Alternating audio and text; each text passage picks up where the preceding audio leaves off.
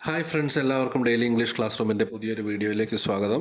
ഇന്നത്തെ വീഡിയോയിൽ നമ്മൾ 9ാം ക്ലാസ്സിൻ്റെ പുതിയ ടെക്സ്റ്റ് ബുക്കിലെ ഒന്നാമത്തെ യൂണിറ്റായ അവേഴ്സ് ആൻഡ് ഇയേഴ്സിനെ കുറിച്ചാണ് സംസാരിക്കാൻ പോകുന്നത്. വീഡിയോ ആരംഭിക്കുന്നതിന് മുമ്പ് നിങ്ങൾ ആദ്യമായിട്ടാണ് ഈ ചാനൽ കാണുന്നതെങ്കിൽ ഈ ചാനൽ ഒന്ന് സബ്സ്ക്രൈബ് ചെയ്യുക. ഈ വീഡിയോ നിങ്ങളുടെ ഫ്രണ്ട്സിന് ഷെയർ ചെയ്ത് കൊടുക്കുക. 9ാം ക്ലാസ്സിലെ പുതിയ ടെക്സ്റ്റ് ബുക്കിലെ ഒന്നാമത്തെ യൂണിറ്റ് എന്ന് പറയുന്നത് അവേഴ്സ് ആൻഡ് ഇയേഴ്സ് ആണ്. എന്ന് വെച്ചാൽ മണിക്കൂറുകളും വർഷങ്ങളും. അതായത് ഈ ഒരു യൂണിറ്റിൻ്റെ തീം എന്ന് പറയുന്നത് സമയവുമായി ബന്ധപ്പെട്ടിട്ടുള്ളതാണ്. അതുകൊണ്ട് തന്നെ ഇവിടെ ടി.എസ്. ഇലിയട്ടിൻ്റെ പ്രശസ്തമായിട്ടുള്ള ചില വരികളാണ് കൊടുത്തിരിക്കുന്നത്. Time present and time past are both perhaps present in time future and time future contained in time past. അതായത് പാസ്റ്റ് കഴിഞ്ഞു പോയ കാലം, പ്രസൻറ്റ് വർത്തമാനകാലം, അതുപോലെ ഫ്യൂച്ചർ ഭാവി കാലം, ഇത് മൂന്നും പരസ്പരം ബന്ധപ്പെട്ട് കിടക്കുന്നു എന്നുള്ളതാണ് ഈ വരികളുടെ ആശയം. ഈ ഒരു യൂണിറ്റിൽ നമുക്ക് പഠിക്കാനുള്ളത് 3 പാഠങ്ങളാണ്. ഹാഫ് എ ഡേ എന്ന് പറയുന്ന സ്റ്റോറി എഴുതിയിരിക്കുന്നത് നഗുയിബ് മഹ്ഫൂസ്. അതുപോലെ ഡെറ്റ്സ് ഓഫ് ഗ്രാറ്റിറ്റ്യൂഡ് എന്ന് പറയുന്ന ഒരു പ്രസംഗം അല്ലെങ്കിൽ ഒരു സ്പീച്ച് എഴുതിയിരിക്കുന്നത് സെൽമാൻ ലാഗർലോഫ് ആണ്. നത്തിങ് ട്വൈസ് എന്ന് പറയുന്ന പോയം വിസ്ലാവ സിംബോർസ്ക. ഈ 3 പാഠങ്ങളാണ് ഈ ഒരു യൂണിറ്റിൽ ഉൾപ്പെടുത്തിയിരിക്കുന്നത്. ഇത് 3ഉം സമയവുമായി ബന്ധപ്പെട്ടതാണ്. ഇതിനുശേഷം അടുത്തതായിട്ട് ഖലീൽ ജിബ്രാൻ്റെ പ്രശസ്തമായിട്ടുള്ള 2 വരികൾ ഇവിടെ കൊടുത്തിട്ടുണ്ട്. Yesterday is but today's memory and tomorrow is today's dream. എന്ന് വെച്ചാൽ ഇന്നലെ എന്ന് പറയുന്നത് ഇന്നിൻ്റെ ഓർമ്മയും നാളെ എന്ന് പറയുന്നത് ഇന്നിൻ്റെ സ്വപ്നവുമാണ് എന്ന് ഖലീൽ ജിബ്രാൻ പറഞ്ഞിട്ടുള്ള പ്രശസ്തമായ വരികളാണ്. ഈ വരികളുമായി ബന്ധപ്പെട്ട് 3 ചോദ്യങ്ങളാണ് ഇവിടെ കൊടുത്തിരിക്കുന്നത്. How does Gibran relate yesterday to the present? എങ്ങനെയാണ് യെസ്റ്റർഡേ ഇന്നലെ എന്നുമായി ബന്ധപ്പെടുത്തിയിരിക്കുന്നത് കവി? അതുപോലെ തന്നെ ടുമാറോയെക്കുറിച്ച് എന്താണ് ഇവിടെ പറഞ്ഞിരിക്കുന്നത്?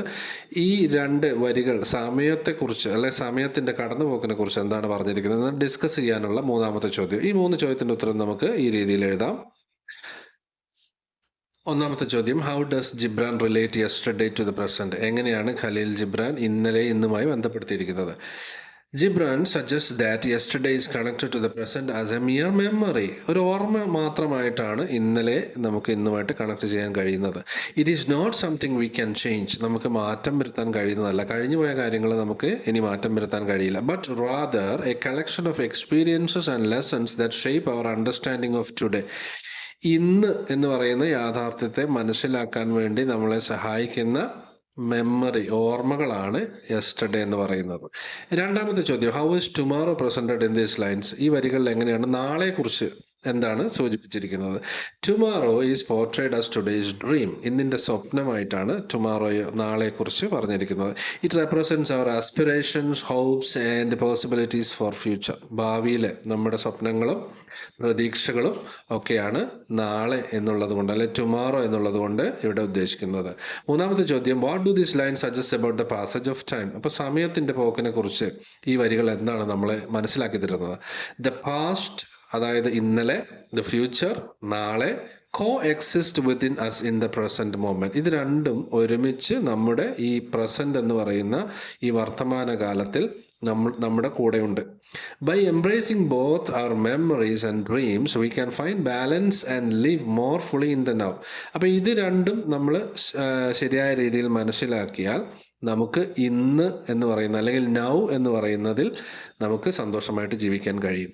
അപ്പോൾ നമുക്ക് ഇപ്പോഴുള്ള ജീവിതത്തിൽ കഴിഞ്ഞു പോയ കാലത്തെ എക്സ്പീരിയൻസും ഭാവിയിലുള്ള നമ്മുടെ പ്രതീക്ഷകളും ഒക്കെ വെച്ചുകൊണ്ട് നമുക്ക് ഇന്നിൽ ജീവിക്കാം. Each day is a precious gift deserving of our attention and appreciation. ഓരോ ദിവസവും എന്താണ് വലിയൊരു ഗിഫ്റ്റാണ്. നമ്മൾ കൂടുതൽ അതിന് ശ്രദ്ധ കൊടുക്കണം. കഴിഞ്ഞു പോയ കാലവും വരാൻ പോകുന്ന കാലവും ഒക്കെ അതിനെ സ്വാധീനിക്കുന്നുണ്ട്.